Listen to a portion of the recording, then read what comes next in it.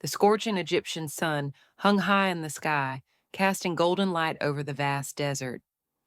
The year was 2550 BCE, and Pharaoh Khufu's Grand Pyramid was rising slowly but steadily. Thousands of workers, craftsmen, and engineers toiled under the watchful eyes of their overseers. Among them was a young engineer named Manes, whose mind was sharp as a blade, eager to uncover the deepest secrets of construction. For years, scholars and laborers alike had debated the greatest challenge of their era. How could they transport the massive limestone and granite blocks, some weighing as much as 70 tons, across such an unforgiving landscape? The quarries in Aswan lay hundreds of miles away, and even the closer limestone quarries posed formidable obstacles. Menes, determined to find an innovative solution, spent his nights studying the wisdom of past builders. One evening, his mentor, an aging architect named Neferhotep, summoned him to a secluded tent. The flickering oil lamps cast eerie shadows as the old man whispered, "The true power to move mountains lies not in brute strength but in understanding the land." Neferhotep unrolled an ancient papyrus covered in cryptic symbols. He traced a finger over the drawings, long sledges, peculiar channels in the sand, and diagrams of water being poured in precise amounts. "The desert is our greatest challenge, but also our greatest ally," he said. "What do you see here, Menes?" The young engineer studied the symbols carefully before his eyes widened in realization. "The sand," he breathed. "If we pour water just right, it will harden, reducing friction. The sledges can slide smoothly." Neferhotep nodded. "Yes, but there is more. What of the river?" Menes pondered for a moment.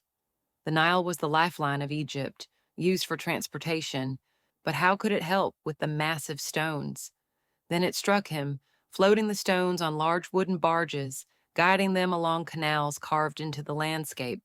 Over the next several months, Menes and Neferhotep refined their methods. Workers poured water in controlled amounts before dragging the sledges, allowing the stones to move with surprising ease. Meanwhile, other teams built special docks along artificial canals leading from the Nile, where massive blocks were offloaded onto waiting sledges. However, not all was well. A group of rival engineers, led by an ambitious overseer named Senusret, doubted their methods. "These ideas are fantasies," Senusret scoffed. "Only brute force will move the stones." One evening, Senusret sabotaged the test sledges, spilling too much water and causing the sand to turn into sticky mud. As a result, the next day's demonstration failed, and the stones barely moved an inch.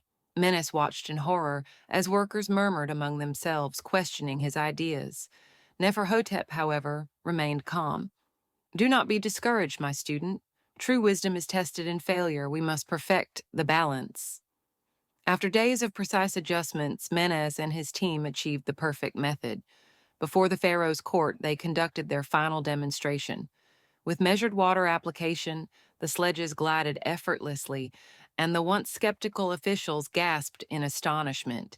Even Senusret could not deny their success. Pharaoh Khufu, witnessing the marvel, declared, "The gods have blessed us with this knowledge. Let the great pyramid rise." And so, with the power of ingenuity and the wisdom of the land, the workers transported the mighty stones, ensuring the completion of one of the greatest wonders of the world. The knowledge was recorded in sacred scrolls, whispered among builders, and eventually lost to time, until the winds of history uncovered their secrets once more.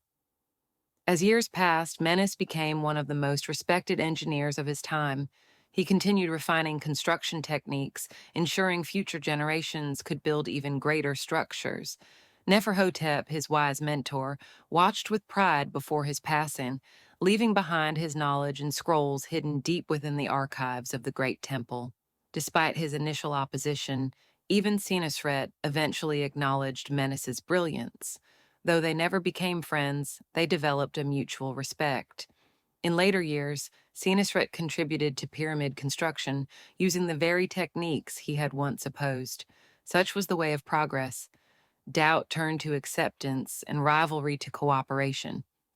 One evening, as Menes stood atop a nearly completed section of the pyramid, he gazed at the sunset reflecting off the golden limestone. He realized that their efforts had not merely been about moving stones. They had moved history itself, shaping a future where knowledge would outlast them all. The Great Pyramid stood tall, a testament to the wisdom of those who dared to seek new ways, and to the determination of a civilization that defied the impossible. And so the sands of time whispered their secrets, waiting for another dreamer to listen.